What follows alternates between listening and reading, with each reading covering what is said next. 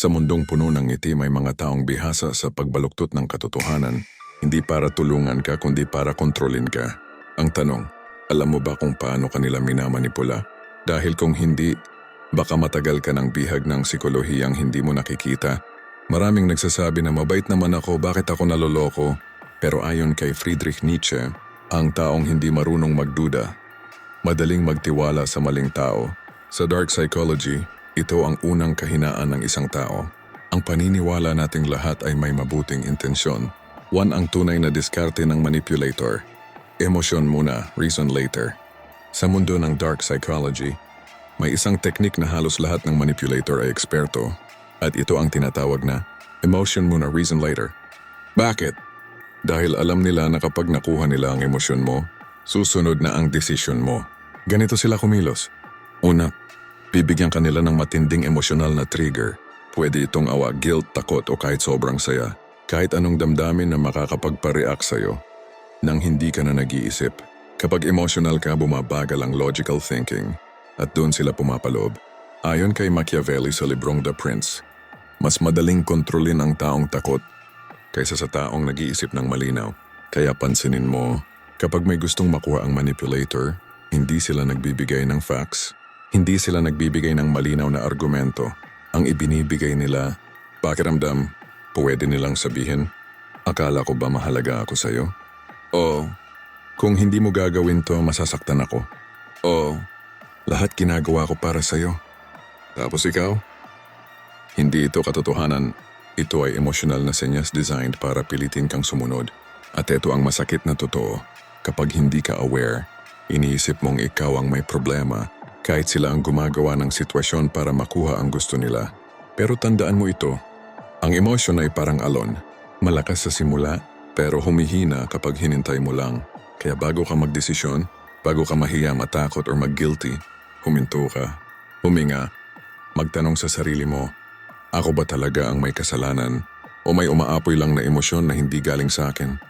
Kundi galing sa kanila, doon mo makikita ang totoo. At kapag malinaw na sa iyo ang laro nila, hindi ka na basta-basta matitinag. Hindi ka na mabubulag ng guilt o pressure at hindi ka na madaling kontrolin. Dahil ang taong marunong kilalanin ang sariling emosyon ay hindi kailanman magiging biktima ng emosyon ng iba. Tao, ang masakit na katotohanan. Kung hindi ka maglalagay ng limits, may gagawa nito para sa iyo. Sa dark psychology, may isang katotohanang hindi natin gustong marinig, pero kailangan nating tanggapin. Kung hindi ikaw ang magtatakda ng hangganan, may ibang taong gagawa nito para sa iyo at kadalasan hindi para sa ikabubuti mo. Si Arthur Schopenhauer, kilala sa madilim pero matinik na pag-iisip, ay nagsabi, ang mundo ay hindi gagalaw ayon sa kagustuhan mo. Kaya't kung hindi ka gagawa ng boundary, magiging alipin ka ng kagustuhan ng iba. At ito ang eksaktong paraan kung paano kumikilos ang manipulator. Tahimik silang sumusubok. Konti-konting hinihila ang limitasyon mo. Tinitingnan kung hanggang saan ka pwedeng itulak. At kapag nakita nilang hindi ka lumalaban, unti-unti ka nilang inuukit ayon sa gusto nila. Una, hihingi sila ng maliit na pabor. Pag tumanggi ka, magpaparamdam sila ng guilt. Kapag pumayag ka, tataas ang hinihingi nila. At sa hindi mo namamalayan, parang sila na ang may hawak ng remote ng buhay mo. Ito ang siklo ng manipulator. Test, push, control. At inuulit nila yan hanggang sa mawala ang sarili mong boses. Pero tandaan mo ito, boundaries are not walls. Boundaries are doors. Na ikaw ang may hawak ng susi. Ibig sabihin, may karapatan kang pumili kung sino ang papasok sa buhay mo at sino ang hindi dapat lumampas.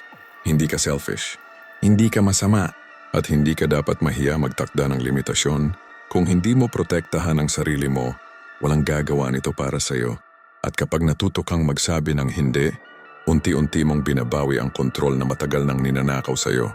3. Ang pinaka-powerful na anti-manipulation weapon, self-awareness. Maraming nagtataka.